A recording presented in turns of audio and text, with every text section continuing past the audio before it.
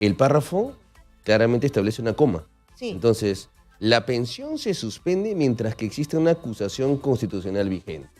¿Tenemos alguna acusación constitucional vigente al día de hoy? No la tenemos. No existe ninguna acusación constitucional.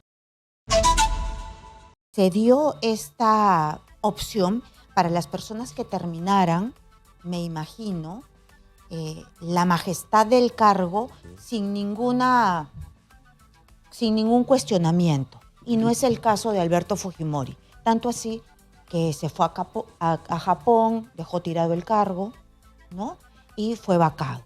Acá lo que dice en el 3.6, en el punto 3.6, y la segunda, que se encuentra prevista en el artículo 2 del mismo cuerpo normativo de manera expresa, señala: el derecho referido en esta ley queda en suspenso para el caso de expresidentes de la República respecto a los cuales el Congreso haya formulado acusación constitucional, salvo que la sentencia judicial los declare inocente. Está en el mismo texto. Mientras esta segunda regla es no encontrarse acusado constitucionalmente, salvo que la sentencia judicial los declare inocente. Entonces, están interlazados. Su defendido no ha sido declarado inocente en ningún momento. ¿De dónde se sustrae esta colaboradora del Congreso de la República y se olvida de esta parte para alinearse con su interpretación, que yo entiendo? Usted es el abogado defensor de Alberto Fujimori. En suma, la suspensión es instrumental, pues se haya condicionada a la posteriori de la acusación constitucional a la declaratoria de inocencia. La mencionada limitación tiene una naturaleza eminentemente temporal, toda vez que una suspensión no puede tener un carácter indefinido, más aún cuando de por medio se encuentra un derecho fundamental, lo que nos acaba de decir, que la pensión es eminentemente un derecho fundamental y que es una suspensión lo de la acusación constitucional, ¿no? Entonces, pero ¿y dónde queda, salvo que la sentencia judicial lo declare inocente? Ninguna sentencia judicial a su defendido lo declaró inocente. Es al contrario, lo declaró culpable, y por ser culpable ya no hay discusión, se quedó sin pensión. No necesariamente. Lo que pasa qué? es que la lectura que le está dando a la norma es una interpretación literal. Yo realizo una interpretación sistemática de la norma. Han desarrollado, y no es una colaboradora del Congreso, es un análisis realizado por el área legal del Congreso, en realidad, ese informe jurídico que usted echa a colación.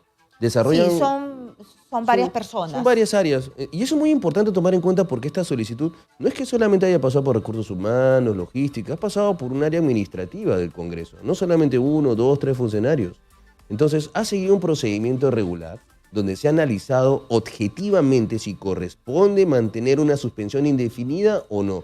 Y si corresponde ponderar un derecho fundamental como es el derecho a la pensión. Pero como yo le dije, aquí nosotros no somos abogados. Sí, claro. Estamos para explicarle a todos los peruanos lo que yo también tengo que entender. Claro. Si aquí en parte del texto legal dice, salvo que la sentencia judicial los declare inocente, y Alberto Fujimori no ha sido declarado inocente, fue declarado culpable, entonces pierde automáticamente esta gracia de tener una pensión. ¿Por qué? Porque fue condenado. Entonces, ¿de dónde se agarra el Congreso de la República? Bravo por usted, es un buen abogado, porque ha logrado que el Congreso piense como usted, ¿no? Usted tiene que agarrar los resquicios de donde no hay, pero el Congreso no.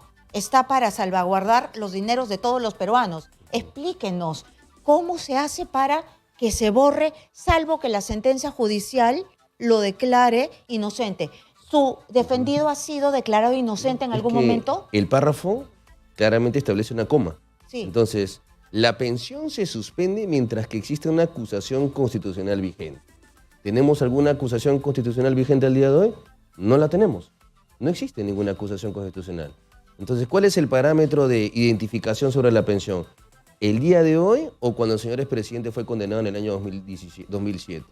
Al día de hoy, el señor expresidente, el primer párrafo de la norma, ¿tiene alguna acusación constitucional? Ninguna. ¿Corresponde que se suspenda? Ninguna. Entonces no se aplica la segunda parte.